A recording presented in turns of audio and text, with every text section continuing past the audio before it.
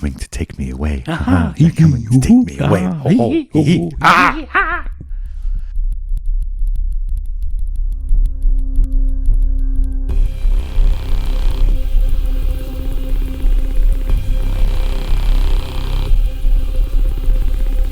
Welcome to the edge of nowhere.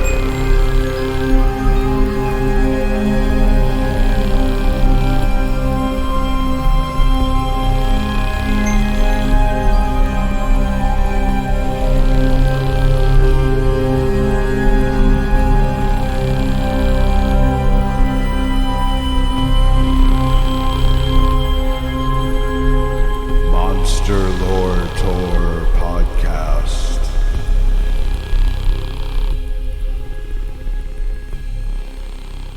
All right. Hello, everybody, and welcome to this very special 20th edition of the Monster Lore Tour Paranormal Deep Dives from the Edge of Nowhere Side Trail Members Only Excursion. Well, maybe not members only anymore. We are going to change up our little system here. We never liked those leather jackets back in the 80s anyway. Yeah, members only went out of style. So did we. Yeah, we went right along with it there, We were Moz. never in style. We were never there. Can't lose what you don't have. Anywho, so we are here for the second to last side trail for the probe series. We're going to get into some related stuff from what we were talking about in part 3 of it in episode 15 here. For this side trail excursion, we'll be reviewing some recent articles that connect to and at least partially corroborate what we were talking about in the episode. Let's start with an article from livescience.com, published June 1st, 2023. This speaks to the new ways in which SETI and other organizations are honing their researches of the night sky for signs of intelligent life in the galaxy, much like what we were talking about at the end of the episode. Going to get a little deeper into it. Headline is, Repeated signals from the center of the Milky Way could be aliens saying hello, new study claims. Could intelligent aliens be lurking at the heart of the Milky Way? Nougat. A new search for extraterrestrial life aims to find out by listening for radio pulses from the center of our galaxy.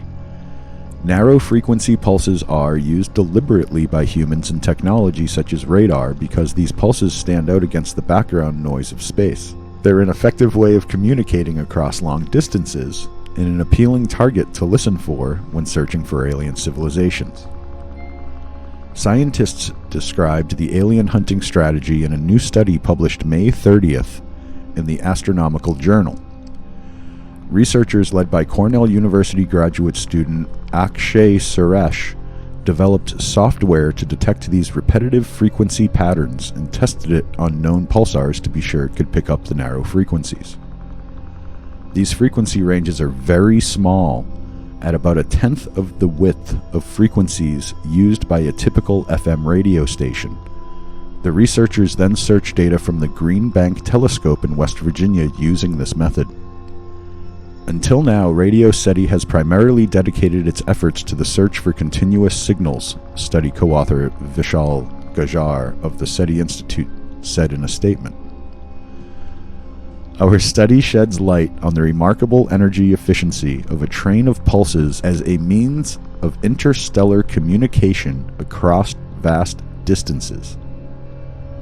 Notably, this study marks the first ever comprehensive endeavor to conduct in-depth searches for these signals.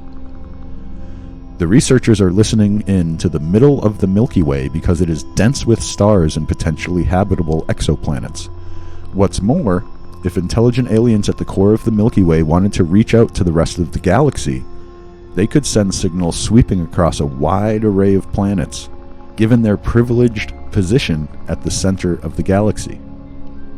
Using narrow bandwidths in repeated patterns would be a prime way for aliens to reveal themselves, as such a combination is extremely unlikely to occur naturally.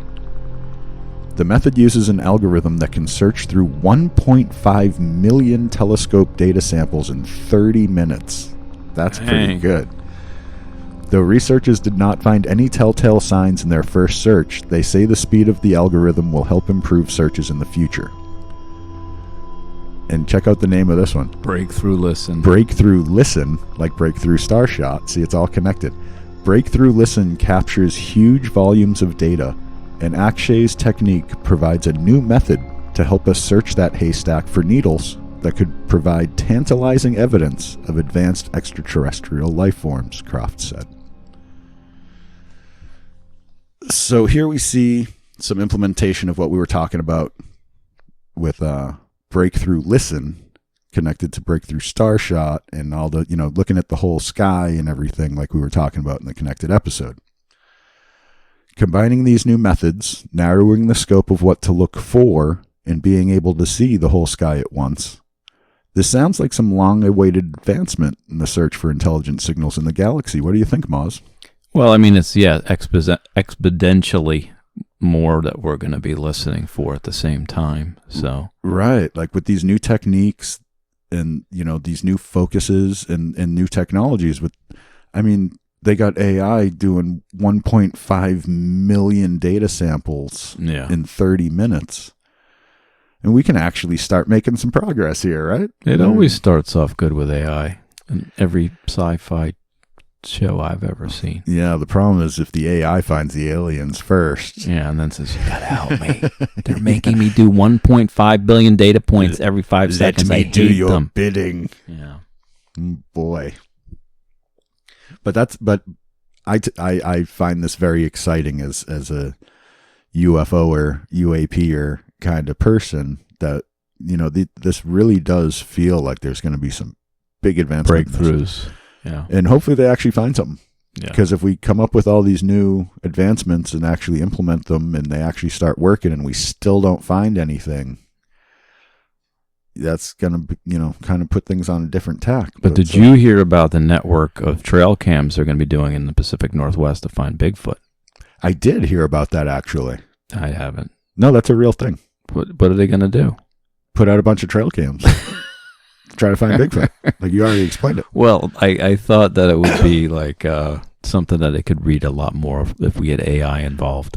Oh, I guess that's true. If you can implement that AI onto that search There as you well, go. You'd be able to actually get through all that footage. Because some guys is like, what the hell's this on the picture? I'm looking for Bessie, Yeah. and just clicks off and gets rid of and it's the just Squatch picture forever. It's just a matter of time. Like a person has to sit there and watch all that. Like there's just not time.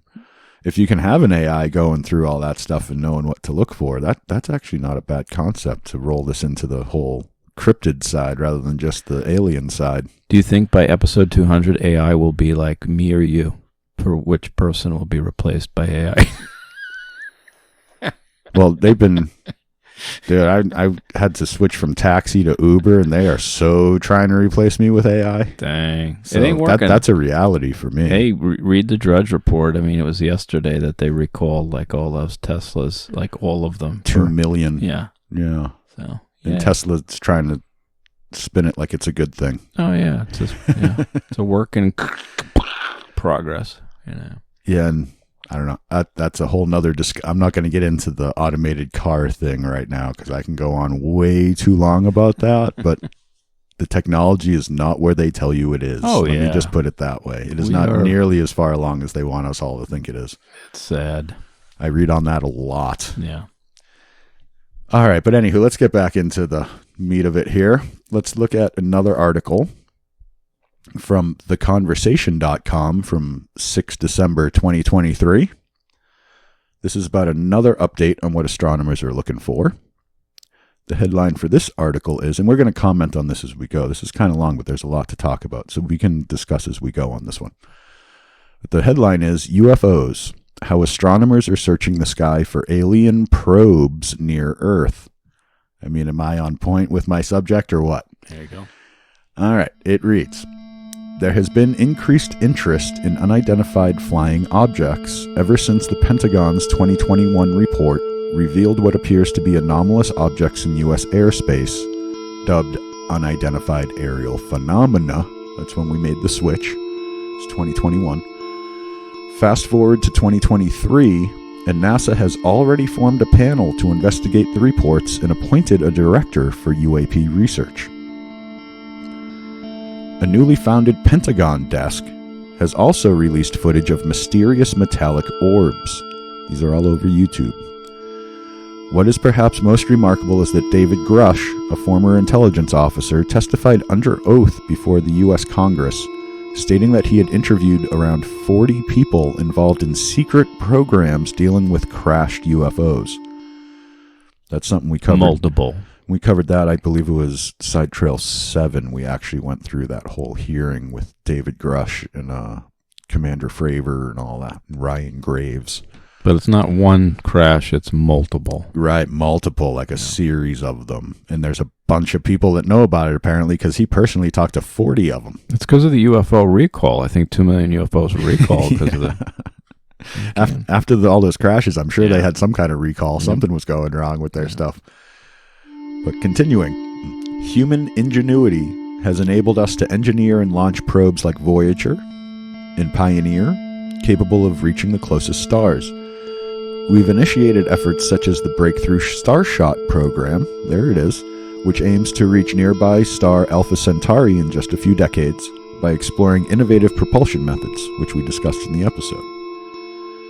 Sending a probe may be more economical than sending out radio or laser communication if there is no need to hurry. Which makes a lot of sense. With the radio signals and laser communication, with the time it takes to get there and the precision of it, having to hit a certain spot, and it's just not effective. If you can send a probe and get pictures and real data, and you can actually move this thing around to different places and whatnot, and it's just so much more effective as a means of conducting this search rather than just shooting random signals out in different directions. Which I still think is a terrible idea overall. Which it really kind of is, yeah. And the fact that when we send these probes out, they can all be tracked back to where they came from, because we are not putting things at LSR before they enter the other star systems. Mm-hmm. It might be something to consider doing. Yeah. Like launch it out so that it does end up at LSR just outside the system. Yeah, I would. I'm so for stealth, Yeah, we don't, it feels like paranoia, and it kind of puts a negative spin on it. But at the same time, we're talking about the safety of our entire species and the potentiality of things there. Yeah, you're just gambling with the receiving end, in my opinion. Yeah. But continuing on with the article here. If humans can send a probe to another star, why couldn't another civilization send a probe to our solar system? Such a probe could make it to the main asteroid belt and lurk on an asteroid. See, there's another concept. Like lurking. Oumuamua was just kind of sitting there waiting for us, and very specifically couldn't be tracked in any way. This is saying it could come in and just hang out in the Oort cloud, and we'd never know it was there. It's just blending in. It could even launch a little thing that just lands on one of those asteroids and does its observations from there. So that there's a whole nother brand of spooky. Yeah. What these things could be doing. Continuing. Or it could make its way to the Earth, entering our atmosphere. If observed, it would be branded as a UFO, or these days UAP. A civilization capable of producing and sending probes could dispatch millions of them on exploratory missions throughout the galaxy. That was last episode, yeah, the von Neumann probes. Reverse. Right. So some may argue that such probes could only exist. It's like von Hagar, because von Neumann was really cool, but then when they went to von Hagar, those probes, man, it wasn't the same for me. It definitely wasn't the same. They did. I'm going to say, Van Hagar had a few good songs. Yeah. They weren't nearly as consistent as Van Halen with Roth. That was all good. Yeah. The Van Hagar, I feel, gets a little bit of a bad rap. It's not that it was bad, but it wasn't the same. Right. It definitely wasn't on the same level. It didn't have the same energy to it. You know what I mean? Yeah. But it wasn't bad. No, I'm going to give it that. What the hell were we talking about? Anywho, so some may argue that such probes could only exist if they adhere to the laws of physics and engineering as we understand them today. However, humanity is a relatively young civilization, and our knowledge is constantly evolving. While humans have dreamt of flying for millennia as we gazed at the skies, it's only been 120 years since the Wright brothers achieved the first powered flight. That's about as long ago as Albert Einstein published his theory of special relativity. Yeah, it's nuts. It's how a new thing. exponential. Like us even just being able to fly in our own atmosphere. Yeah, and now we're talking about Alpha Centauri. Right. And 120 years later, it's, hey, let's go to the next star system over 4 light years away. So is it really so difficult to imagine that a civilization that is hundreds of thousands of years older than ours might have learned more about the laws of physics or developed a few more engineering tricks? You almost have to hope that it's a real thing, because otherwise, is there nothing out there? Yeah. That's a crazy concept to me. But anyway, a lot of room out there. Back to this. That said, few astronomers felt impressed by the U.S. Navy videos or government reports. We need significantly better evidence and data than what has been presented so far. That I agree with. Unveiling UFOs. How can we test whether there are extraterrestrial probes near Earth and whether they can be tied to the possible UFO phenomenon? A giant metal detector. There are many options. Analyzing materials from potentially crashed UFOs could give irrefutable proof. This would require state-of-the-art techniques to determine if these wrecks exhibit exotic or distinctly different characteristics of manufacture. Things like materials we don't know about, and different oxygen signatures, and there's all kinds of different ways they can test to see if that's what they have. But continuing, obtaining such exotic samples, if they indeed exist, may prove challenging. They are rumored to be in the hands of private companies, but newly proposed legislation might offer a solution to that problem in the United States by mandating that all artificial materials from any non-human intelligence be surrendered to the U.S. government. Let's break here again for a second. Smoking Man. You got to get right to Smoking Man. The implications, if the government actually comes out and mandates that all, quote, non-human intelligence artificial materials must be turned over to the government. Yeah. That's them openly telling the public that these companies have that stuff and that the government really wants it back. It's also, but all the work of Avi Loeb would be not available to us, because he would have had to have immediately reported it to his local spook. True. It would all have to go over to the government, yes. Yeah. But the thing is the government is now getting on the disclosure tack. The people in the government who want to get a hold of this stuff are doing it because they want to let people know. I really feel like there's a mentality shift in the government with this stuff, where the old guard is still trying to protect it and keep it secret and not anyone know about it, but the new guard that's growing every day is like, no, we need to know what's going on here, and we need to tell people what's happening. And the Cola Guard is even different. You love that Cola Guard. Just keep coming back to it. All right, let's get back to the article then. Talking about alien probes. I don't know better time to mention Cola Guard. Oh boy. In the projects I lead, this is the article again. In the projects I lead, we are searching for artificial non-human objects by looking for short light flashes in the sky. Short flashes typically occur when a flat, highly reflective surface, such as a mirror or glass, reflects sunlight. It could, however, also result from an artificial object emitting its own internal light. So you go, a whole nother thing to look at in the sky. These little flashes of something catching the sun from a place that doesn't make sense, kind of thing. It reminds me of Greg and I's. I mean, maybe for our next Us File for the next episode, Greg and I's, we talked a little bit about it during his interview, but we have an Us File related to a popping flash of a probe, potentially. Okay. Yeah. Yeah, maybe we'll get to that in the next side trail or something when we wrap this whole thing up. I will make a note for that in the side trail for that. So where was I? Such short light flashes sometimes repeat and follow a straight line as the object tumbles in space during its orbit around the Earth. This is why satellites often appear as repeating light flashes in images. Historical photographic plates taken before the launch of Sputnik 1 in 1957 have revealed the presence of 9 light sources, transients, that appear and vanish within an hour in a small image, defying astronomical explanations. In some cases, the transient light sources are even aligned, just like when short flashes come from moving objects. So they were finding stuff before Sputnik, and they didn't know it. They needed us to catch up with how to look at the stuff. Could be space gnats. Ooh, space bugs. Or those firefly kind of things. Yeah.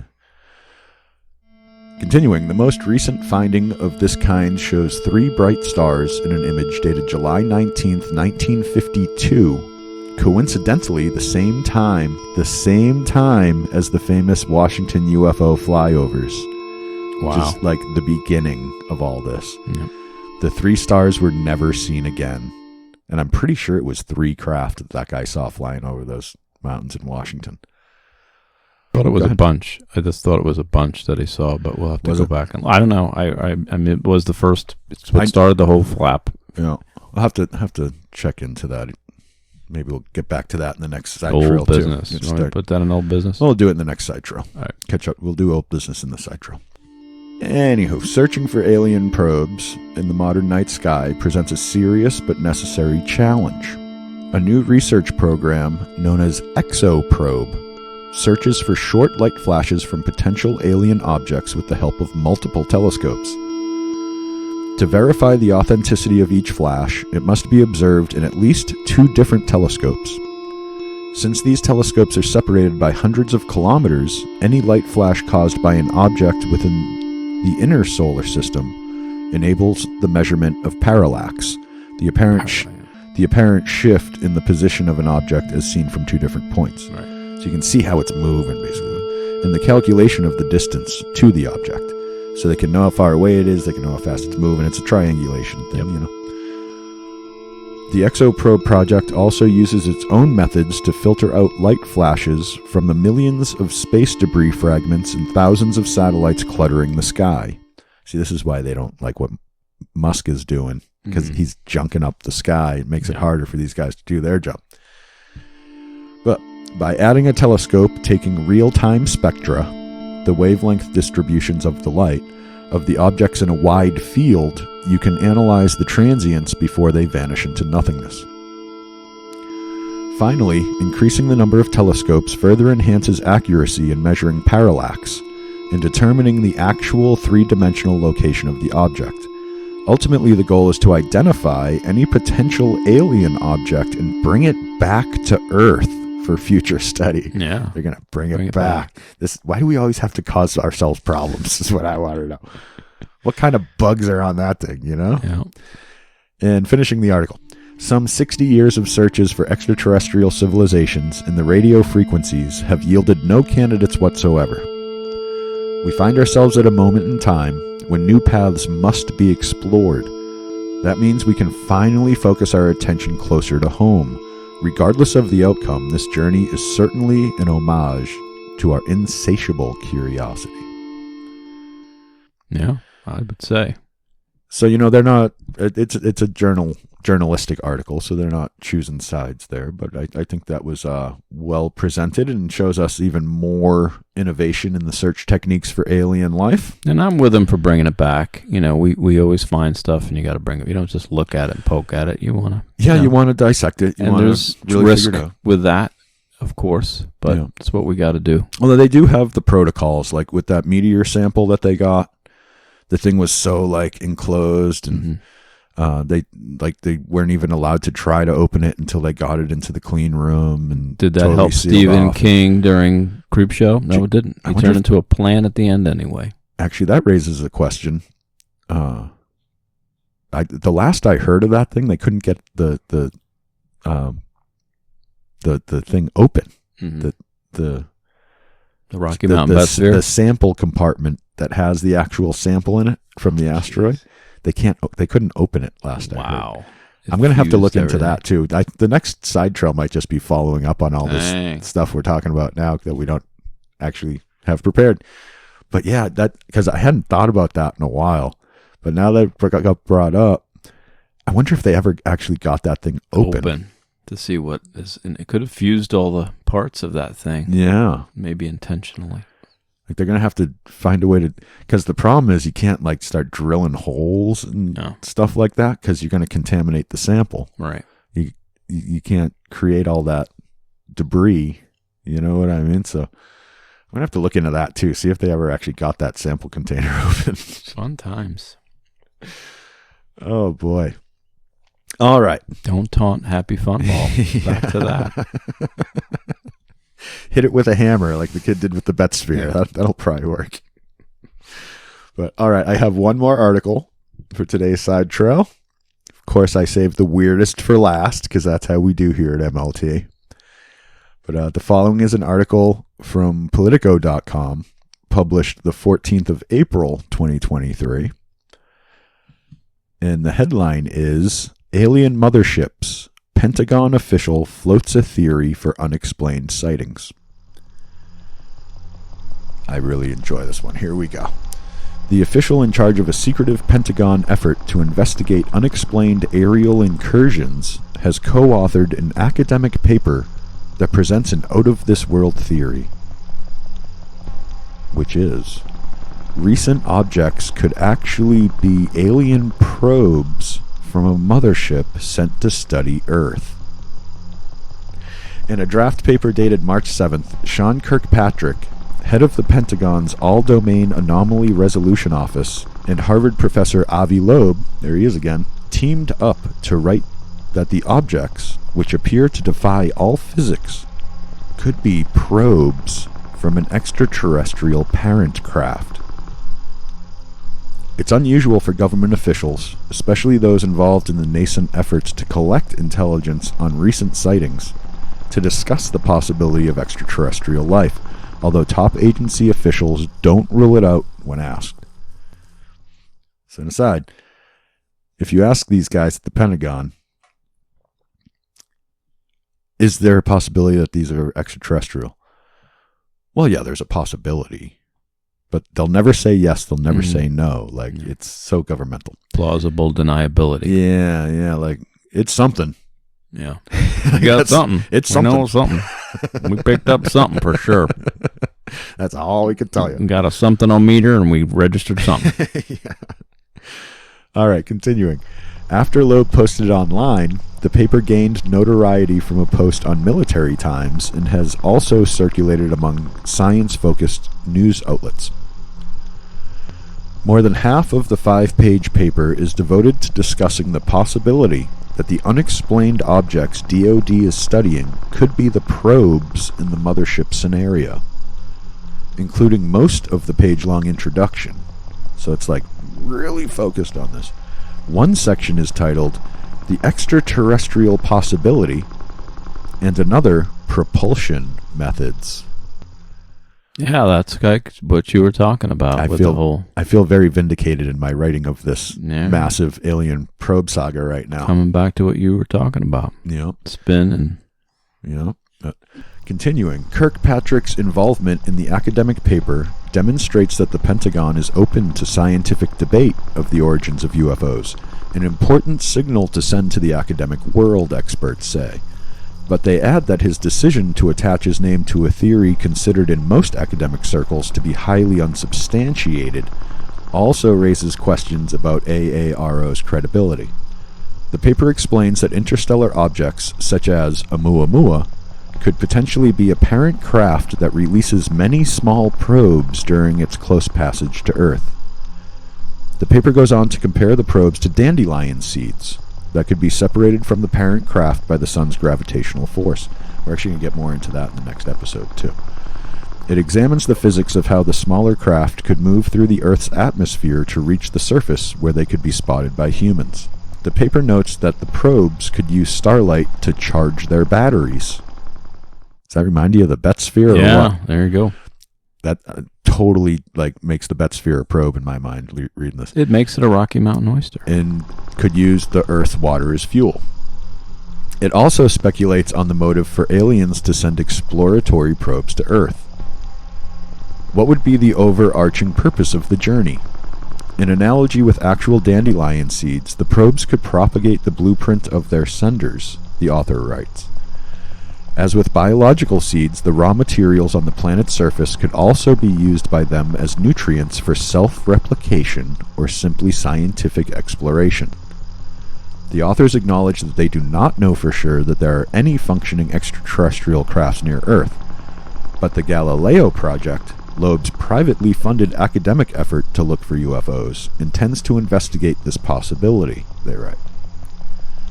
Loeb acknowledged that there is no evidence to back up the notion that the unknown aircraft are alien probes. The Galileo Project does not receive funding from DoD, and he has no access to classified information, he said. But he said the fact that Kirkpatrick came to him out of the blue suggests that there is something out there they don't understand, and scientists could potentially help. It's perfectly legitimate when you face the unknown to consider what your imagination allows you to consider, and then get data that rules it out or rules it in, Loeb said. The paper's abstract posits that the objects appear to defy the laws of physics. At the speeds they are moving, scientists would expect to see a fireball. The fact that there is no fireball or other typical signatures implies inaccurate distance measurements, and hence derived velocity. The purpose of the paper is to urge investigators to examine the objects exhaustively before concluding the laws of physics are being broken. I couldn't find the exhaust. That's what I... Yeah, right. There is no exhaust. So there you go, Moz. Got some backup for what we've been talking about in the probe series here. We got all kinds of angles. Yeah, it tied in everything you discussed, from even the congressional inquiries as to about our security.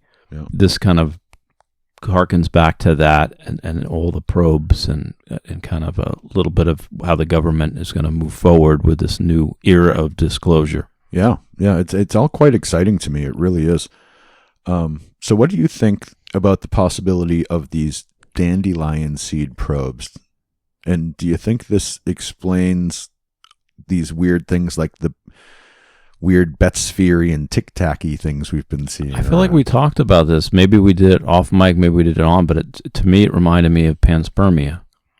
Yeah, okay. You know, you got this situation where maybe there's DNA there. It's a dandelion seed, right? I know that's just the name of the probe. Yeah. But what if it's actually planting? You're taking it a little more literally, and it's actually like bringing DNA, altering DNAs, and terraforming. Stuff. They're starting to terraform. Oh, yeah. It's never a good thing because that means it isn't what they want. So they're already making, like, you didn't even get notice to leave, and you still have to finish your semester, and these guys are already like tearing out the walls and doing shit that you're like, what are you doing? One of these days we're gonna go to walk out onto Earth, and it's going to have an eviction notice. Yeah. Lock's already going to be changed. Yeah. I think that also happened with the Vogons and I hate Douglas. when that happens. Yeah. It's very Vogonish, right? Vogonish. One of these days, they're just going to show up and be like, okay, the demolition's planned for today. Yep, exactly. Wait, what? All comes back to Douglas Adams. He was so right. Yeah. About so many things. I agree. Not going to argue that. But anywho, so that's brings us fully up to date on all these proby things we've been talking about. We do have that one more episode. We're going to finish going through the rest of what we need to go through to call this complete. And we will catch up on all those things we raised questions about in this side trail and the next side trail. And I'm excited to look into those, actually, because we asked some good questions here. Yeah. Got to get it all before the last one or the last side trail. There you go. But that does it for this one. We will see you in the next episode next week. Till then, stay weird.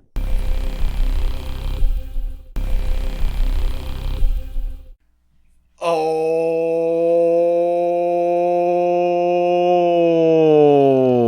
right. Hello, everybody, and welcome to this very special 21st side trail for the Monster Lore Tour Paranormal Deep Dives from the Edge of Nowhere podcast. I'm your host, Jeremy Carr, here Along with me, as always, is the MOZ. How we doing today, Mr. MOZ? No complaints. All right. Not always, because sometimes I can't get on Zoom, and you just go on, you forge ahead, and I do move on without you sometimes. Yeah, so you lied a little bit. It's okay. Yeah, I give you breaks. Yeah, I give you days off. It's okay. Keep me in the dungeon, the mausoleum. But to start this side trail, we actually have a few pieces of old business sort of stuff from the last side trail that I actually kept track of the old business for the side trail. Nice. And the first point I would like to get to is, Moz, you mentioned that you and our friend Greg have some sort of flashing probe story. You want to tell us that? But then something happened. It happened to me.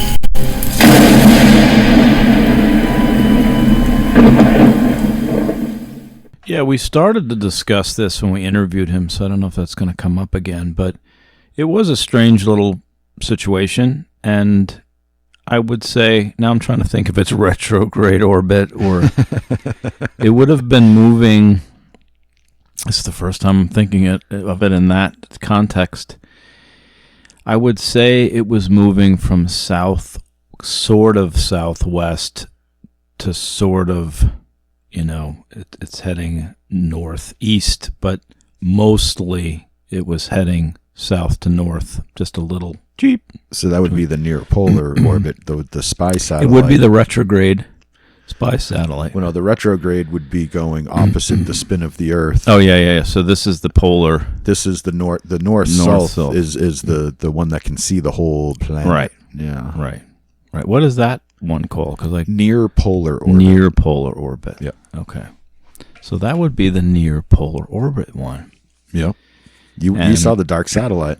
Well, it gets weirder. And I did say this before you did this episode. I wonder how much of it is in the Greg interview, because I pointed to Greg. Well, that won't be out for a while, so I think it's okay if we. Well, I'm just saying, I don't know which. We talked about this before you did this, before you wrote this, and we got it on microphone before you wrote this. And Greg remembered it. He went, "Oh yeah," he had that moment of recognition. Which for Greg at his age and the amount of weed he smokes, we were pretty happy. He remembered that. But the thing that was odd about it is I'm looking up to the past eaves of my house at the time, north of here.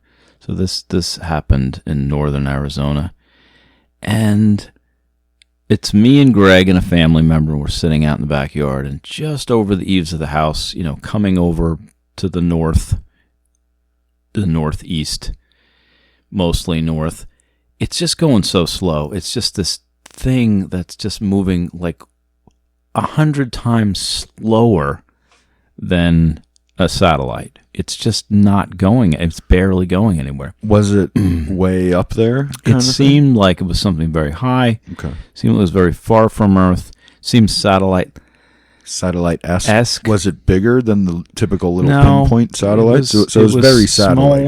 It was the same size as satellite, maybe a little smaller. Okay. But what was cool about it, not only was this little thing moving, we would have never noticed it, except I think 3 or 4 times while we watched it. It was actually heading. I have to change my story now. It's actually, I'm right about the near polar, but it was heading south. It was heading from north to south. Okay. Because it was going towards the eaves of my house on the south, and it was disappearing. We watched it for about 10 or 15 minutes just to make it these 3 inches where we could see it to go, Oh, weird. So it was going real slow. It was going 100 times slower than a satellite, I would say. This thing's barely moving. But with I would say, if I had to guess, if I had to say the foot we watched in space where it went from behind the eaves, I'm angry, so I'm smacking the microphone, man. And it flashed 3 or 4 times like an old style 1930s bulb. Weird. Like it went flash. And the flash would have been the size of I would say half a penny size. But it wasn't one time. It wasn't like it happened caught 3 or 4 times. Oh, no, weird. It was not anywhere near. It happened 3 or 4 times. Like every once in a while, I was taking a picture.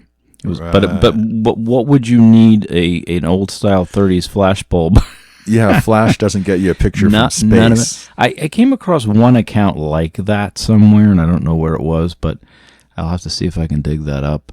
But it was really odd. It was an odd thing that we were looking at, and we're just like, this makes no sense.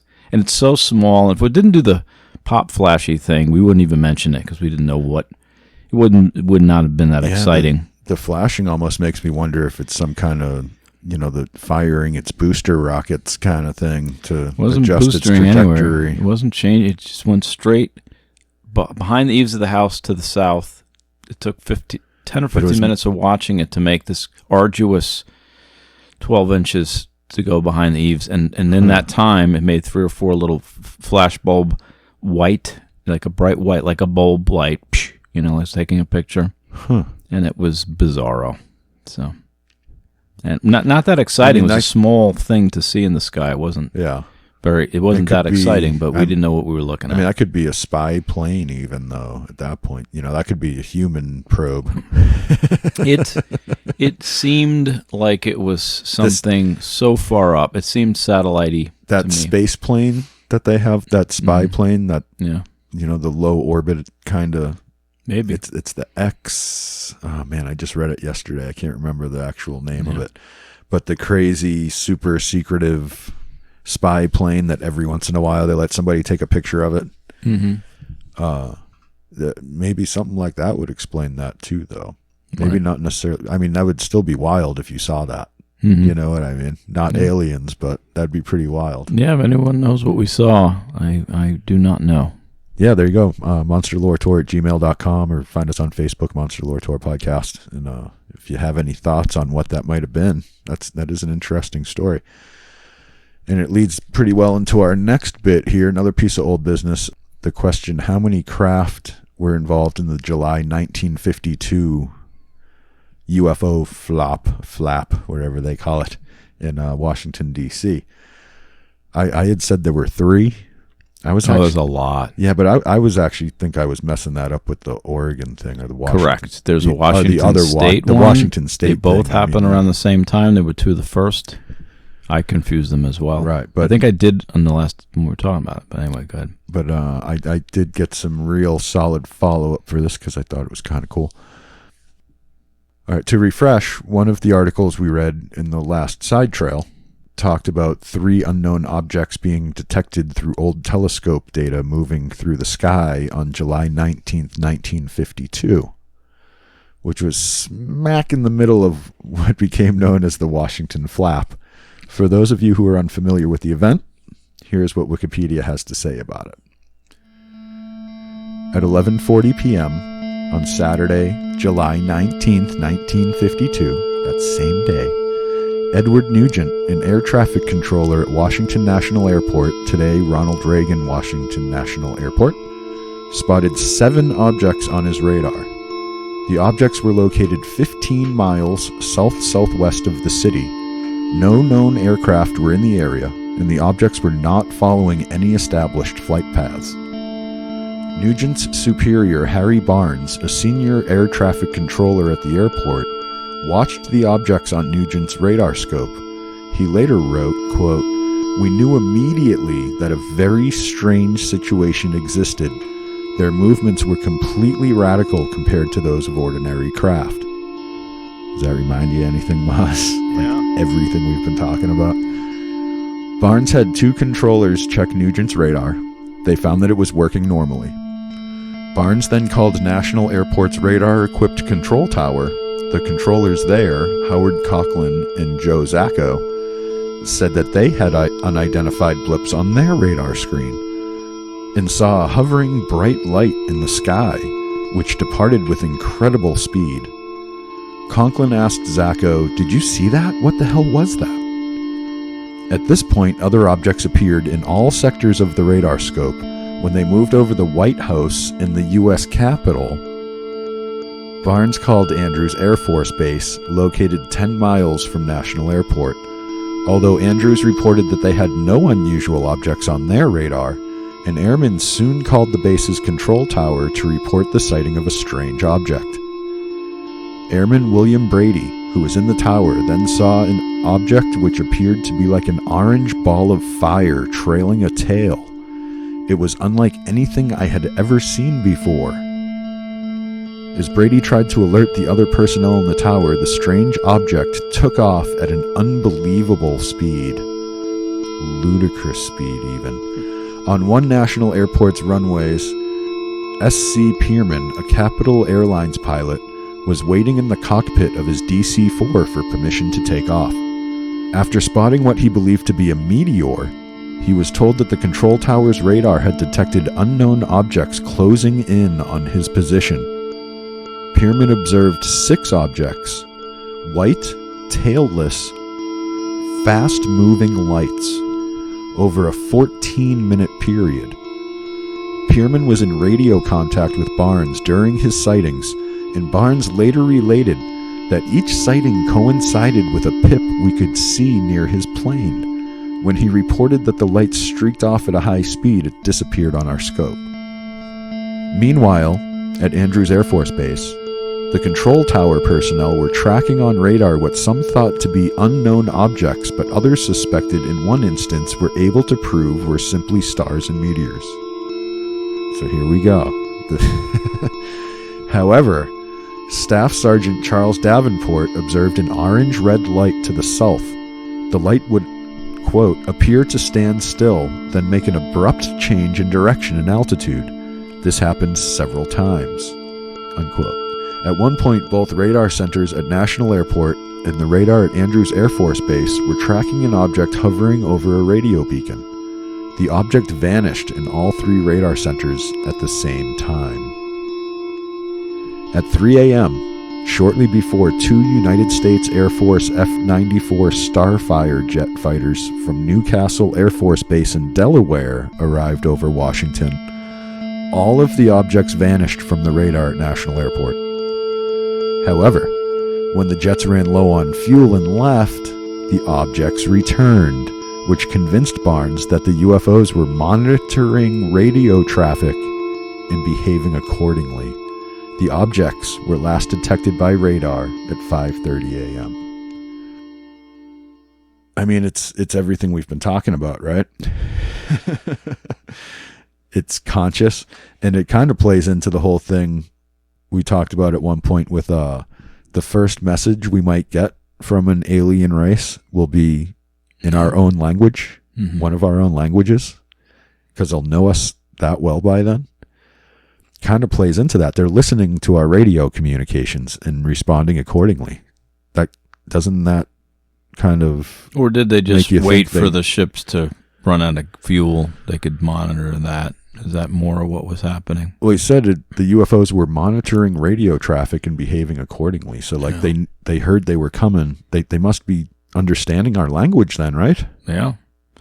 Yeah. I thought it was because the ships were there and then they went, the Air Force sent out their, maybe it coincided with the radio, or just their radar kind of thing, yeah. That's true. That's true. They just saw them coming and they scrambled and they knew they were leaving and they came back. But that kind of tells you something right there too, though, that they came back. That wasn't some weird anomalous lights in the sky thing. That was something purposefully coming in, purposefully ditching out when they feel a threat, and then when the threat's gone, they come back. Yeah, like that's intelligence right there. It's that's wild. I'm glad I read up on that because that was definitely not clear in my brain. I hadn't looked into that story in so long. I'm glad I refreshed that, and hopefully you listeners out there got something out of that as well. I'm sure some of you were all too familiar with that story with this crowd, but we got to keep everybody on pace on this tour so we can all keep up on that road from hate to love. But anywho, one more piece of old business from the last side trail. We talked about the jammed up asteroid sample container that NASA had. I did look into it, found some updates on how that whole thing is going. I found the following article from the 12th of December, 2023. So this is very recent as of recording. This is about the status of the samples brought back by the NASA OSIRIS-REx mission. Headline read, this is from the BBC.com. Link will be in the show notes, of course. Headline is, NASA's asteroid sample return mission looks to have come home with a little less material than first thought. But it's really only a little less. It's still plenty. So don't worry about that bit. The ongoing uncertainty over precisely how much of Bennu, which was the asteroid, has been brought back has a rather mundane explanation.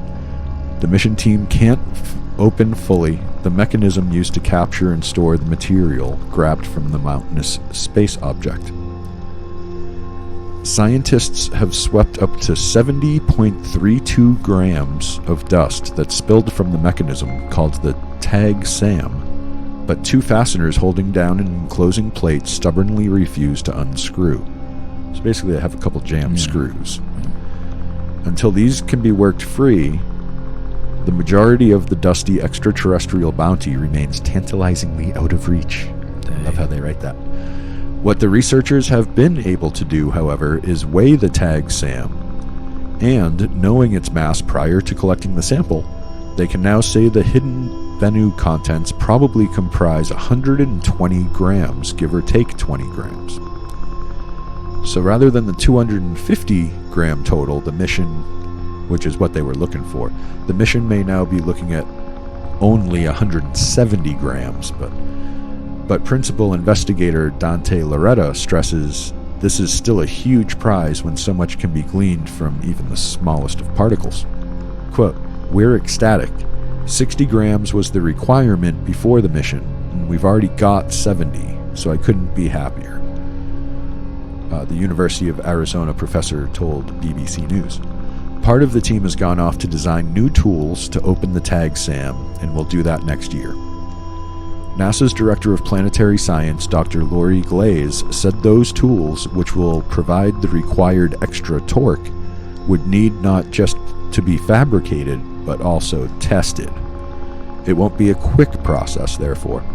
Quote, "The samples are a few billions of years old. They can wait another few weeks," she added. There you go.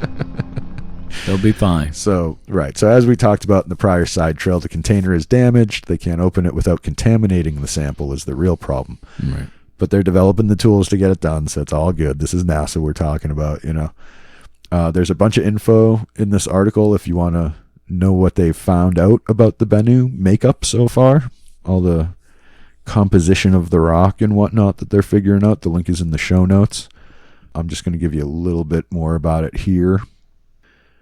Portions are being sent out to scientists across the world to investigate, and it's already clear Bennu was an excellent choice for study. Early analysis has indicated the asteroid contains plenty of water in the form of hydrated minerals and an abundance of organic or carbon-rich compounds. That's a great sign. There's a theory that carbon-rich, water-rich asteroids, similar to Bennu, may have been involved in delivering key components to the young Earth system. It's potentially how we got the water in our oceans and some of the chemistry necessary to kickstart life. This is the whole panspermia thing again. There you go. The global collaboration is looking in the samples for amino acids, which are the building blocks of biological proteins, the base chemicals that form the letters in our genetic code, for lipids that are used in cell membranes, and for the types of sugars essential to the structure of DNA. So this starts playing with the concept of panspermia, which is the theory that all life was originally spaceborne, came to Earth in bits and pieces to form the life forms that now populate the planet, and also did in the past, all of it. I'm currently researching this pretty hard, actually. I'll be doing a multi-parter on panspermia next season. I keep teasing that in this, but it's so connected to this, it's hard to not talk about it a little bit.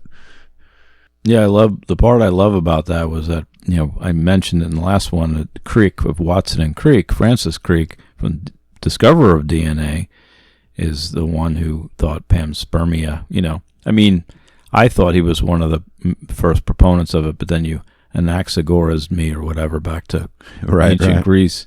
But he thought that was something that we were, and I thought it had something to do with even the hallucinogens that he had done, that he felt, that they were telling him that we came from another place. There's your shaman side of it there. There you go. So it all ties together, man. Yep. All right. I also want to do another quick update on the Breakthrough Starshot initiative. talked about this a little more in the episode, but I actually did some last minute looking into how this thing was going because I saw some stuff on YouTube that piqued my interest. But Breakthrough Starshot Initiative, there is good news and bad news here, Moz. I'd ask you what you want to hear first, but it only really works if I do the good news first. So here's the good news. The project is in full go mode. So the bad news is I didn't get to pick which I want to hear first. You're saying there's more bad news than that? It's kind of balanced. Let me go through this. The good news is that the project is in full go mode. The research seems to be progressing nicely. And here's something. They upgraded their sugar daddy from Russian billionaire Yuri Milner to Meta Zuck. It's right, Moz. They got the Zuckerberg backing them now. Wow. Yeah, so I don't think money's going to be an issue for these guys. There you go. The bad news is there are still endless variables that they still have to figure out. So the current projected date for the first launch is sometime in 2050. And that's being optimistic about it. Is this going to be a fully meta launch that's just happening in virtual space? I have to ask. I don't understand the world anymore. Please. It's virtual Centauri. Yeah, okay. But so if 2050 is the date, with travel time followed by transmission time, we can legitimately hope for pictures from Proxima Centauri before the turn of the next century, sometime in the mid to late 2090s. Wow. Which, is the hopeful estimation. So, maybe our grandkids get to enjoy the pictures. There you go. But, most of us won't see that. Although the bad news doesn't actually stop there, as they are having serious problems with communication issues, actually. We can pretty well say that we can get the craft there, but receiving the signals from the craft when it's sending back its collected data is appearing to be a major problem. It's so far away. It has to be such a precise alignment, and it's such a small thing on a sail. They're having a really hard time figuring out how to get the data back. Otherwise, we're sending our pictures to Beetlejuice by accident, and they're like, who got these? Did you take these? Right. Like we'd have, like it could be going to Jupiter instead of to Earth kind of thing. So these communication problems are daunting for the research team. To put it as plainly as possible, we just don't have the technology for it, and they're having a hard time figuring out how to make that happen. So that looks like the biggest speed bump so far. You think if we put trail cams on another planet, do you think that we just still get blurry, squatchy pictures? I think Oumuamua was an intergalactic trail cam that an ancient society put out there. But what if they have pictures of our Sasquatch and it's blurry? That would really suck, too. They'd be like, what happened? This has never happened. We always get good pictures. Why is this hairy hominid so blurry? I'm just asking the question. It's because they're interdimensional. They're not really in this phase of reality, but that's also a different... they're going to be like, yeah, we know that guy. He's always like that. He's like that. But back to Breakthrough Starshot here. There is still hope for the project, but there isn't much hope for them moving up that launch date, is the thing. If you want to get the full detailed breakdown of what's going on with Breakthrough Starshot, as of this recording at least, and get the full extent of the bad news and also where the hope still lies, I suggest Anton Petrov's YouTube channel. We used a couple of his little clips earlier in this saga. I will put the specific link in the show notes for you for that video. It's a good long thing about the whole thing going on with Breakthrough Starshot now. I would give it to you myself, but this is a side trail, so I'm going to let it go at that. That would be a whole nother episode. So yeah, we are going to have to end this at some point, but before we go and finish up this alien probe saga side trail here, I have one more thing, or should I say one more moon to talk about. Have you heard of 2023 FW13, Moz? No. I heard about a Forus. Is that a Forus? That's the chaos? God of chaos? It is another quasi-moon of Earth, much like the one we talked about towards the end of the attached episode here. Except that one started with 2016. We discovered it in 2016. This is 23. Yeah. 2023, Moz. Yeah, hot off the presses. Hot off the presses. This just in. I'm going to read you this article about it. This is from vocal.media. Of course, the link will be in the show notes.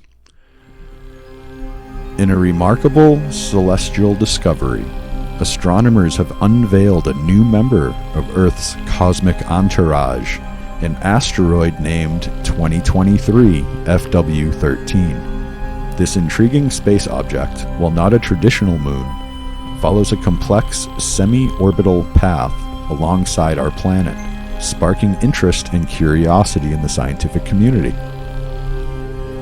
Unlike our beloved moon, which gracefully orbits Earth, 2023 FW13's primary allegiance lies with the Sun. However, its orbit takes an unconventional route, causing the asteroid to weave around Earth, keeping it within relative proximity despite not being in direct orbit. This sounds exactly like the other one. Just like the other one. How long has this one been there, do you think? Yeah. Current data suggests that 2023 FW13 entered its current orbit over 2,100 years ago. Based on preliminary orbital calculations, this quasi-moon is expected to accompany Earth for another 1,700 years or so. Fortunately, there is no cause for concern about a collision with Earth, as the asteroid's trajectory remains within safe parameters. FW13's orbit is huge. This is me talking now. It basically centers around the Earth and stretches from halfway to Mars to halfway to Venus. At its closest approach to Earth, it is still 9 million miles away. And it is quite small. Size estimates range from about 50 feet to 65 feet across. That's basically 15 to 20 meters. So the other one gets a lot closer. The other one does get closer. Okay. Being so small, it is very difficult to perceive from Earth. It is only recently, after so many centuries of mapping the stars, that humans realized it was there. And it showed up around 100 BC. We just were able to spot it. Wow. From its point of view, it has a great view of Earth and is in a great place to capture whichever of our signals go its way.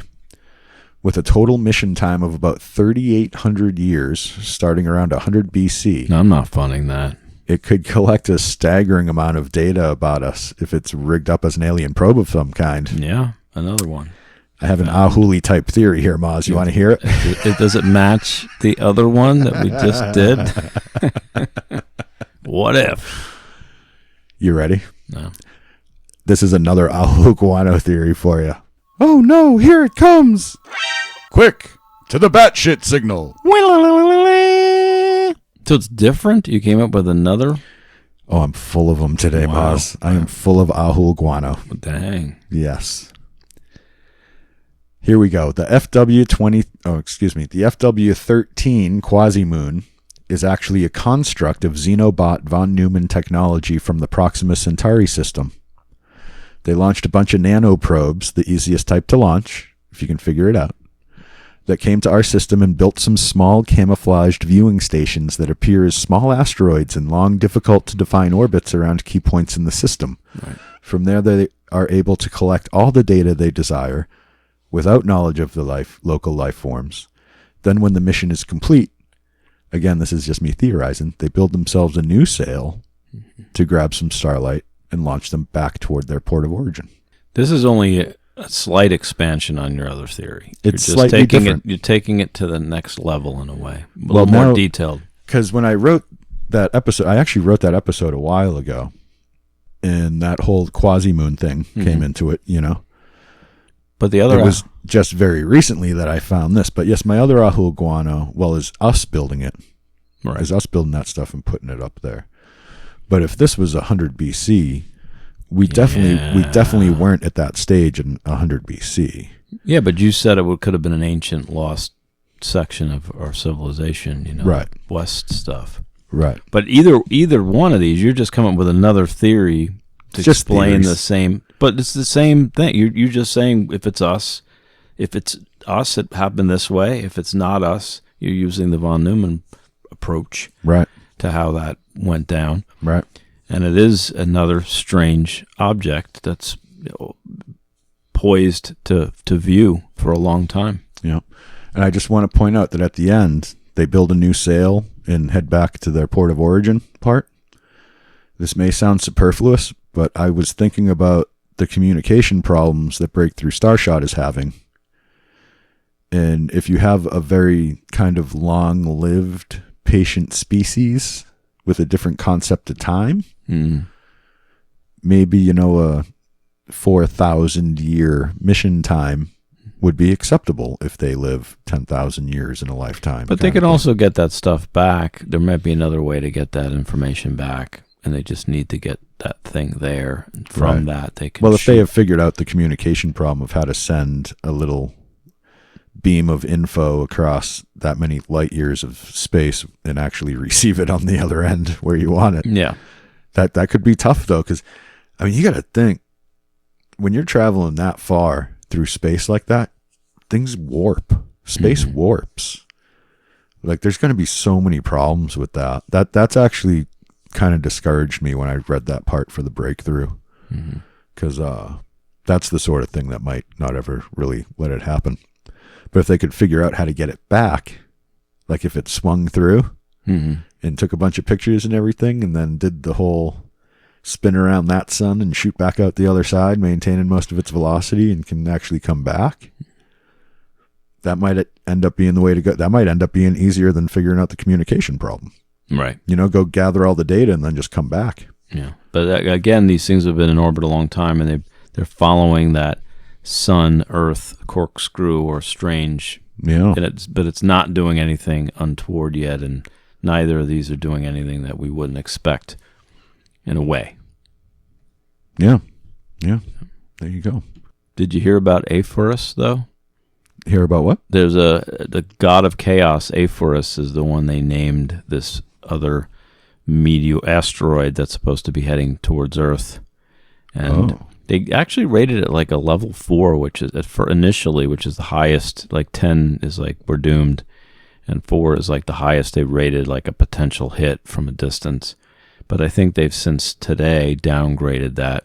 Wow. But it is named after the god of chaos, so this asteroid, of course it is, may absolutely just do its own thing. So they found the one that gets us finally, huh? Yeah. Just even though it seems like it's going to miss us, they named it. It's named after the god of chaos. Yeah, though. Maybe it'll just hit the moon and really mess us up. Yeah, we'll see what happens. Or maybe it'll just hit Mars and really mess us up. If you have any sort of major impact, starts throwing stuff around too close to us, we could be in trouble anyway. I'll send you that link, but that was just today.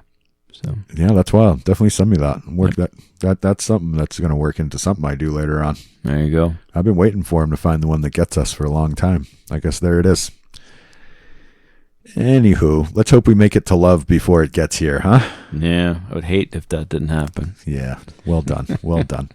All right, so I am going to wrap it up. This is the final actual conclusion of this probes thing, if you don't count that Hollow Moon episode later. I guess it's not really done yet, but that's a detached thing at this point. But anything else you want to? If it's detached, it could swing back and head towards its home origin, right? Swing around the sun. I'll build it a sail. There you go. We just got to come up with the right material. Because nature doesn't build sails. No, it does now. We do. See? I'm tying it all together at the end here, Moz. There you go. Hope everybody enjoyed all this probe stuff I've been doing. Hope I didn't probe you too hard. Dang. Excuse me. Why do I say those things? We made it 4 episodes and the side trails before that happened. I had to get one in somewhere, right? It was almost done. I had to sneak it in. Wow. Sorry, Mom. But all right, that's going to get us out of here for this one. Thank you all for following as the Monster Lore Tour rolls along. Speaking of following, please take a second to hit all those happy little buttons on whatever platform you're listening on, like, subscribe, share, blah, blah, blah. And if you're enjoying what you hear, please take a minute to drop us a rating and review. And know that our Patreon section is now only $1 a month to join. That's right, only $1 a month. And you get early access to all of the episodes and their attached side trails. Anytime you take to do any of that stuff is much appreciated and gets us one more step along the way from hate to love. We'll see you on the next leg of the tour. Until then, keep it weird.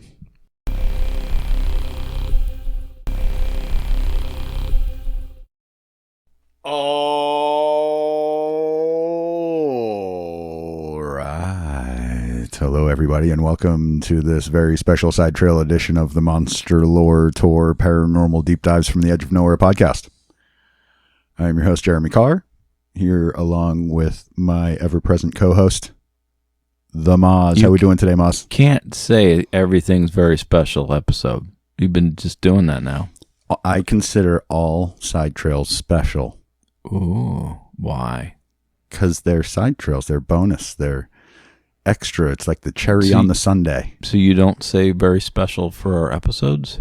Is a sundae special without a cherry on top? All right. I'm just trying to track with you. Say that a lot now, and I don't know why it's special. So, I mean, it's what we do. It's not. I think we're pretty special. My teachers always told me I was special. Oh, let's start this. I'm sorry.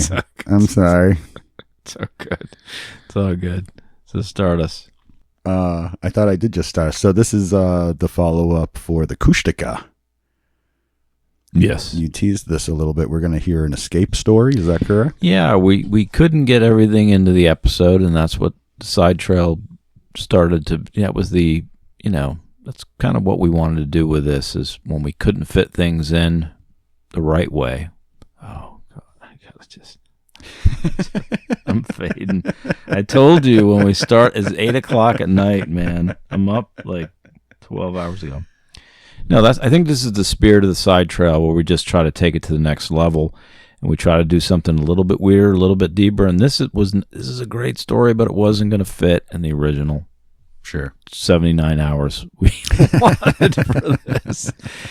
Yeah, that's what I do. But this side trail is going to be about Quokka, or Kaka, K-A-K-A, the Tlingit powerful shaman who escaped from the land of the Ottermen. Some more insight from the University of British Columbia, that thesis from R.A. Barazol as well. Let's talk about the shaman Kaka, who descends to the land of the Otters, becomes one, yet escapes and returns to his village and becomes a powerful shaman. There it is. Yeah. This is like when Gandalf goes from gray to white, that kind of thing. Well, he survives the trial, right? Yeah, he becomes... Then you get to become the shaman if you survive the shamanic trials. He is a shaman plus. He's the only one who's done this. But we touched on this already, but there's clearly some totem weirdness going on with the Tlingit to begin with. They have the raven, the wolf, and the eagle, if you recall. And the eagle is greatly diminished. There's not as many eagles. There's no otter yaks, but leaving more wolf and raven around as more of the totem, that connection. Does that tie into why the shamanic energy left, why there isn't as much? They say we've quoted it in that episode that shamanism died. I don't want to say that because there could be Tlingit shaman there. Yeah, I don't. Oh, totally. It's not dead. It's just not what it used to be. I guess you.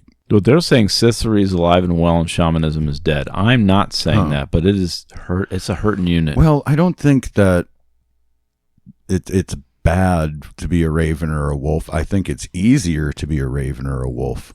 We talked about this in some previous episodes, that maybe the eagle is like top tier shaman, where like you really got to get really powerful in order to yak an eagle. Yeah. But you don't have to be so high level to yak the raven or the wolf. So maybe that's why we don't see the eagle so much. I mean, we used to see it more because the shamanic magic was more of a thing in these cultures, in these societies, and it's much more practiced, taught, probably a lot more. I think there's a couple of things going on. Okay. I think you're right that there's some association with good or evil versus the different totems. Mm-hmm. But there's also this ambiguity that runs through everything, that there's positive and negative with all totems. Yeah, it's all how you use it. Right. Yeah. It's the way that you use it. Can you play that? It's just the way that you use it. We can do that. Yeah. See, we did that. Excuse me. Yeah, I know. But you're excused. But the raven is associated with where witches go when they die. So specifically Sithers. The bad eggs, who are then not eligible for reincarnation. This is the Tlingit side. Like I said, raven is another one that's good, bad, and ugly. But we discussed the wolf a lot, which is associated with the wolf of the east and the darker energies. But the eagle is lacking in this area. So also the otter as yek is the more eastern tribes as an important part of the healing and the gateway to shamanism for many Algonquin tribes. This isn't a thing either here, as we found out, and we may have solved that problem because that happened in the Thomas Bay area. There was this huge landslide. There's this collapse. They blame the shaman. They blame the Kushtaka. They blame a lot that was going on there, and maybe that was the original falling out from this stuff. We don't know. But this is kind of the backdrop to the story we're going to head to now. The valuable names inherited from the ancestors were perceived by the Tlingit as tangibles that could be put on. So the name could be put on like the skin Walker could be put on. Right.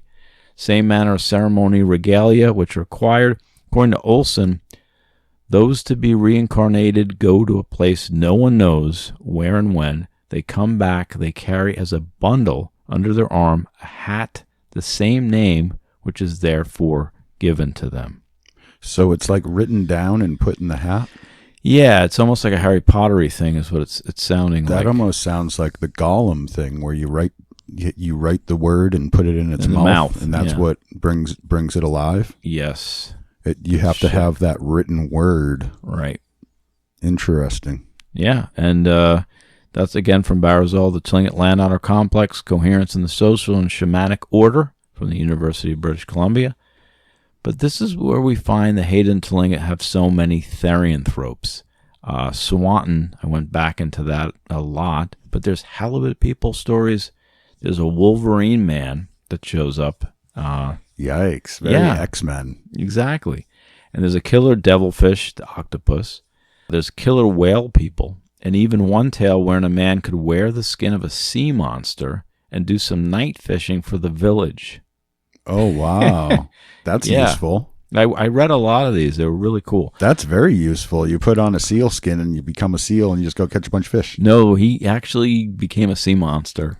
A full-on sea monster. A full-on sea monster. This guy's Ganaqua Adat. Gonaqade doohickey T. And yeah. When he says doohickey, it's an apostrophe, by the way. Sometimes you're right. But there's also a killer clam story too, which if I find enough killer clam evidence, you bet future episode, Well, there's the giant clams that'll swallow you, right? Oh no, that's oysters maybe I'm thinking of. This one was more like the hand clamped onto her and then the tide came in, it was attached to the reef, which could happen, Yeah. But if we do an episode, you think clam hatton man chowder? You think that's what we should go with? Yeah. That sounds very Wolfman Puck. Or what about mams on the half shell? Oh, you lost me. You lost me. Well, there's a mam that got stuck in a half shell. So you said halibut man? Yeah, there's halibut people. That's interesting. Yeah. Have you ever read, I think it's called The Flounder from Hermann Hesse? Mm-mm. There's a talking fish that kind of like starts steering the course of societal evolution among man. Nice. I just realized how much that would tie into this. And he does it just for I the might have to read that book again, see if there's an episode in there somewhere to follow up this stuff for you. There you go. But no, it's this whole therianthropic thing. It's this whole skin-wearing thing. It's this whole... But some of them are actually more realistic than you might think. The devilfish, for example. There are giant octopus in that area. Oh, yeah. And they can attack a kayak. We've actually determined that. A clam can be big enough for a woman to get her hand stuck in and the tide comes in. Like some of these seem like they're... And then, of course, there's the more fantastical ones, but those may be steeped in shamanic energies. Just because it's scary doesn't mean it's fiction, man. There's real monsters in the world. That could be our mission statement. What's that? Just because it's, scary doesn't mean it's made up. Yeah. Yeah. I think that's Monster Lore Tour in a nutshell. That's our tagline now. Yeah. But get this, the Tlingit word for shaman is ixt, as we said, and the giant clam is called XIT. So IXT is shaman and XIT is clam. Whoa. So maybe it's a dyslexic shaman. I don't know. Huh. If Bowen was writing that story. It's weird how the name for shaman overlaps with so many things tangentially connected to shamanism. You know what I mean? Yeah. Again, the middle, the liminal, the in between. Yeah, it's all the in betweens. It ends up in between words. That's why. Well. That's why we write our podcast from the edge of nowhere. Yeah. By definition, that's where we're at. But the key, according to Barazal's thesis, is that the Tlingit shaman, upon acquiring a yek, is given the honorific name which he or she can wear like a skin, was the point I was trying to get to. Oh, like a skin. Yes. So the name becomes, if you're given the name, like Gandalf the White, that's the name you wear. So, which reminds me of a chapter in Mysterious America, by the way, from Lauren Coleman's book called The Name Game, where he discusses all these names that seem to draw in weirdness.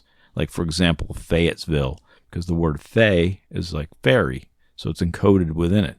So it speaks to a power within the name itself.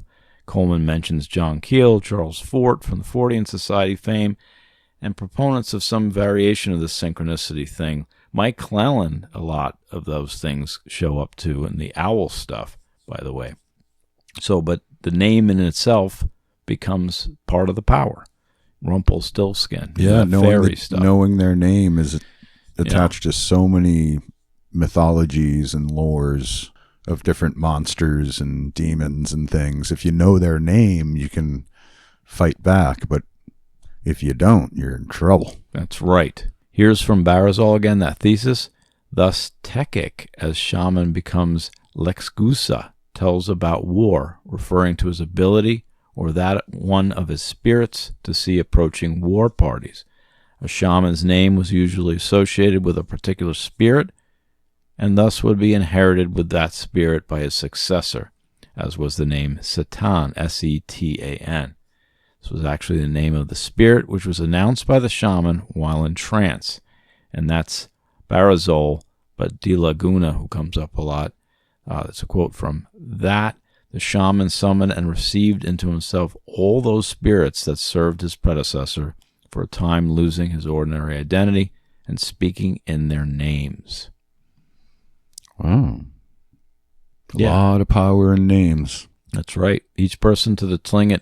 Well, it does tie in with Wiccan too. I mean, they very will much in the so. word kind of stuff. Never tell people your actual name. Yeah. If you know, you know. Okay, Bubbles.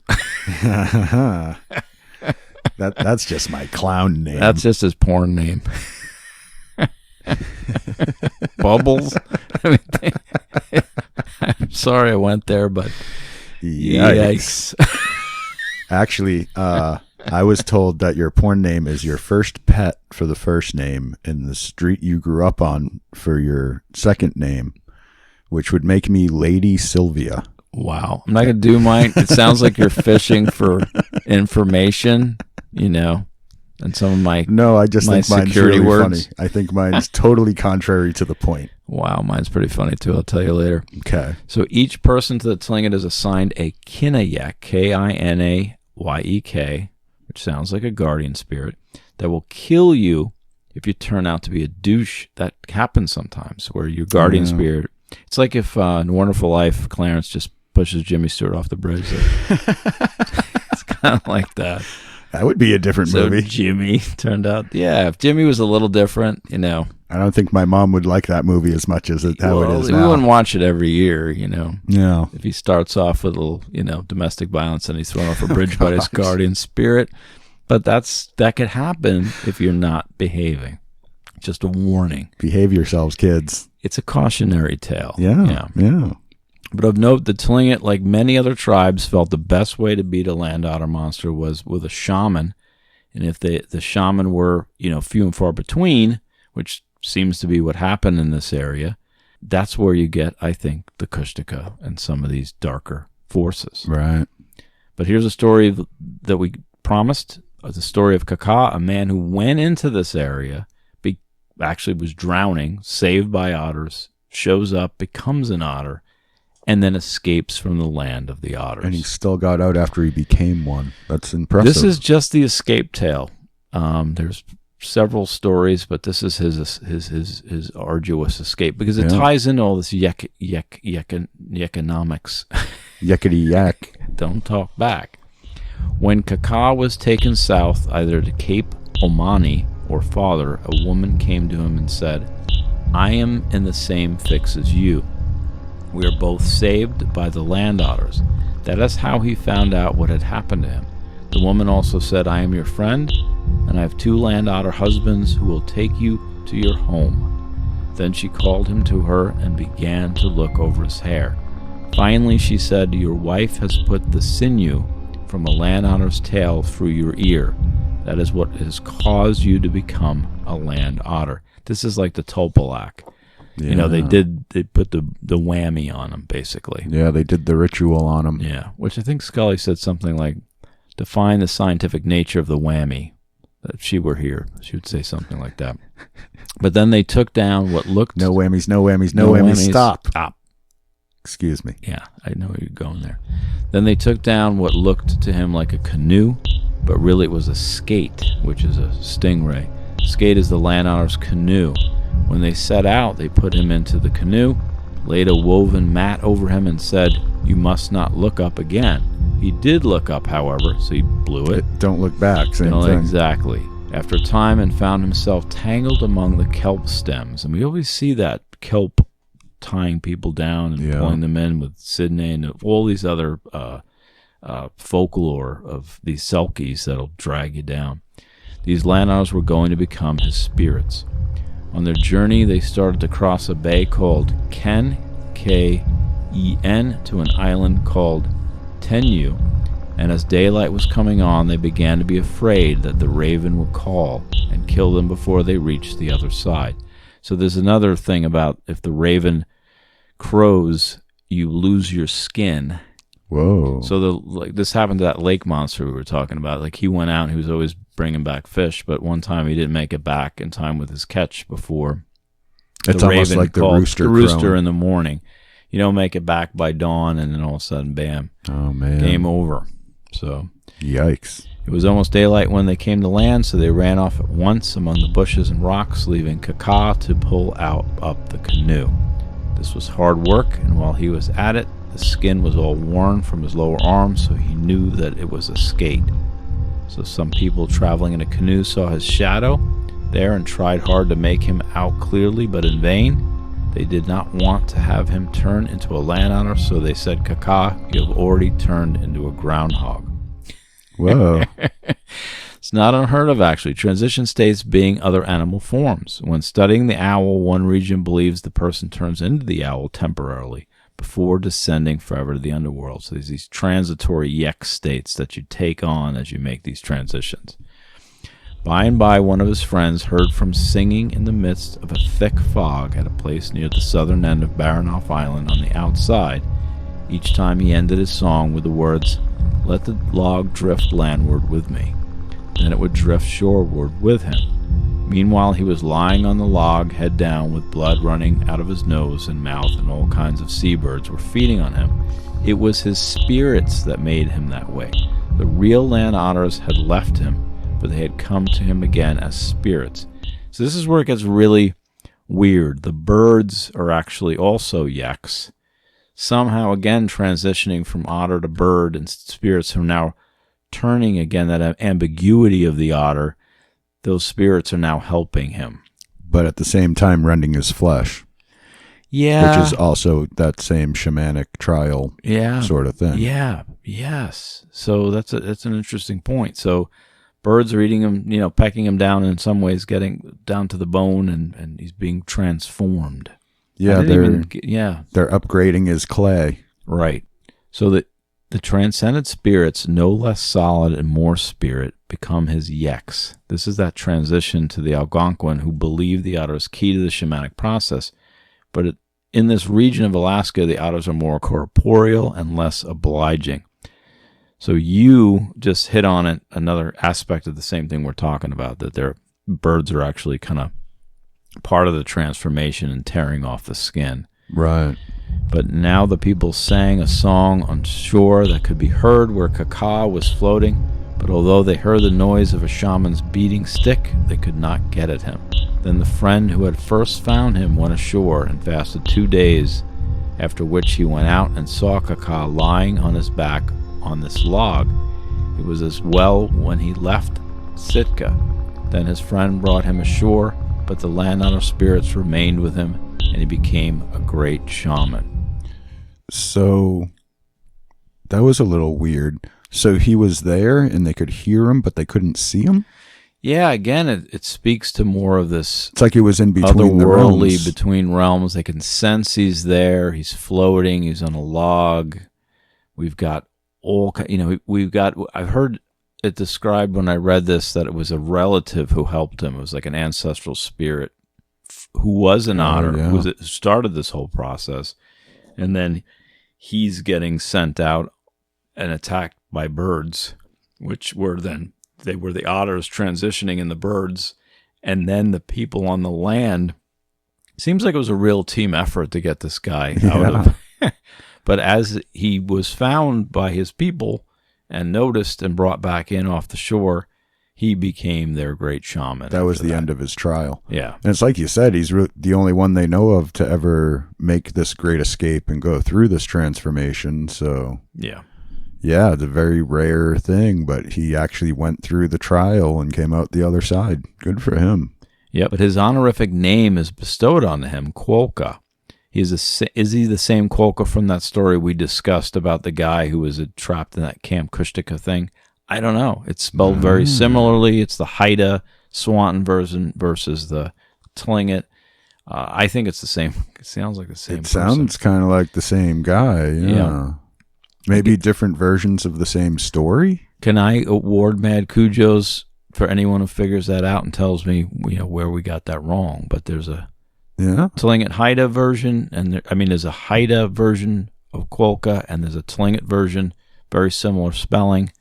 Wondering if it's the same guy. It seems like he's a badass in both stories. So, if you have any info on that, monsterloretour@gmail.com. And I just realized you never did Mad Cujos in the episode. Wow. In the Kushtaka episode. Dang. There wasn't really anyone in there to give it to, maybe. No, That's okay. I've missed it before. I've missed it a time or two myself. Dang. Well, you know what it is? It's actually one of the earlier ones we did, and that's why it's not in there. Oh, because you wrote this a long time ago. Yeah. Also, I've been trying to get things into these categories of nature deity, ancestor spirits, totem animals, or demonic ethereal energies, and the Tlingit really messed this up for me like everything else. They're not the only ones. These cultures, it's kind of daunting to kind of separate these things into buckets when you have so much perception of what's happening to the person who's, kind of transitioning to this from one state to another, or one level of consciousness from another. And all these energies involved, and they're just trying to describe them, and they're trying to describe what they see. And there's always therianthropic, or they're demonic, or they're, whatever. But it's always a changing beast, literally. Literally. Yeah, literally. Yeah. Here's Barazol again to further confuse. According to Vanamanov, this is the Laguna again, the Yek or spirit is associated with Tlingit shamans can be divided into three classes. The Kayigi, Kiyegi, or upper spirits, who live in the sky and manifest themselves as northern lights. The Awesome. Takyegi, Takyegi, who live somewhere on the mainland, and the Takyegi, who are water spirits. The Kayegi, or spirits above, are the souls of human beings who have been slain in battle. Again, the ones who go to Kawa, or Strovokor. The Valhalla-ish sort of place. Yeah, well, I say Strovokor because I think the Klingon voice the is Klingon oft thing, neglected because they're fictional, but, whatever. But the Kayegi, or spirits above, are the souls of human beings who have been slain in battle, and they appear to the shaman as fully armed warriors. The Takyegi are the ghosts who have died ordinary deaths, and they appear before the shaman in the guise of land animals, such as a wolf, in which case it would be called a wolf yak. The Takyegi take the form of sea animals, such as whales. That's the killer whale piece. Right. And the water spirits might also be the ghosts of those who have drowned, so we get that otter piece to it again. So it's really confusing in my mind, all these energies going on. But I'd like to give, Mad Cujos to R.A. Barazol. The thesis, if I could have gone back in time and done it the right way, I would give R.A. Barazal, that thesis from 1988, the Tlingit Honor Complex, that would be my Mad Cujo's Well, award. then here's a Mad Cujo's award for R.A. Barazal. Down boy! So put everything about these shamanic energies and put them into a blender and puree, and that's what we got from a kind of a cryptozoological standpoint. So it's confusing, it's difficult. I'm just trying to get my head around what's happening and why, and when I finally get these things in the buckets, they crawl out of the buckets. And then you've got this other movie because someone might have been sleeping nearby. Maybe there's a baby in a crib. You know, these things, don't put them in buckets. Change your name to... put a lid on the bucket. Change your name to Shaman Hawking because you're looking for the shamanic theory of everything. Yeah, exactly. And it's been daunting. And I started out with Excel spreadsheets, and I don't think those are meaningful because we see so many of these themes, but I don't know if 79 have this feature and 42 have this feature. I don't know. I think what you need is a 4-dimensional Venn diagram is what you really need. Tesseract. Yeah, a Tesseractian Venn diagram. Yeah. Wow. Well, I'm going to need your help on that one because you're the spatial anomaly. Yeah, that's going to be a tough one. We might need a quantum computerist for that. Yeah. We're going to get that Dennis Waller stuff going, and we're going to move into that. And I read some Cleland, and he's actually right up the same alley. And those are the two I was kind of the most excited about, and they're bringing it. So as we read these things and as we try to translate them for you, hopefully we don't make things more confusing. Can I ask a question before we go? Let's do it.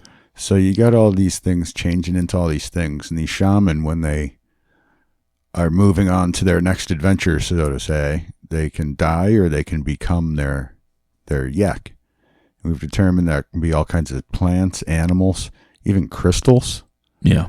So what are your thoughts on Pickle Rick? Well, Pickle Rick is it the dill or the garlic Pickle Rick? Because I kind of prefer the New York style I garlic imagine Pickle him as Rick. garlicky. Do explain more about Mr. Pickle Rick. Rick and Morty. Oh, yeah. Pickle Rick. Rick turns himself into a pickle specifically to avoid responsibility. Mm-hmm. I'll let you think on that for the next time. I don't have to think about it. Okay. He's getting pickled, and this is just a metaphor. Oh. Yeah, he's going away somewhere in his mind in pickle jar form. That's Fair Rick and enough. Morty 101, dude. I thought you were going to come up with a real question. But no, you're right. There's definitely, we haven't talked about pickle yaks. So you Well, did I bring mean, it. if you can turn into a crystal, can you turn into a pickle? On that note, let's wrap up this side trail for Monster Lore Tour Paranormal Deep Dives from the Edge of Normal podcast. Hit the like, subscribe, share, all those happy little fun buttons. If you got some time, rate and review. And you can join the Patreon for just $1 a month. You'll get early access to all the episodes and these side trails. What's up, Moz? I broke Moz. All hail Pickle Rick, everybody. We'll see you next week. Until then, keep it weird.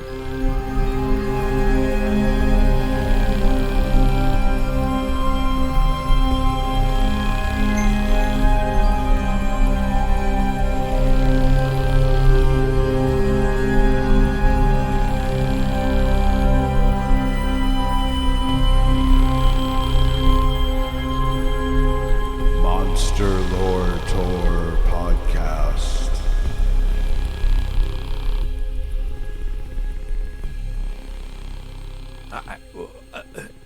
All hail Pickle Rick.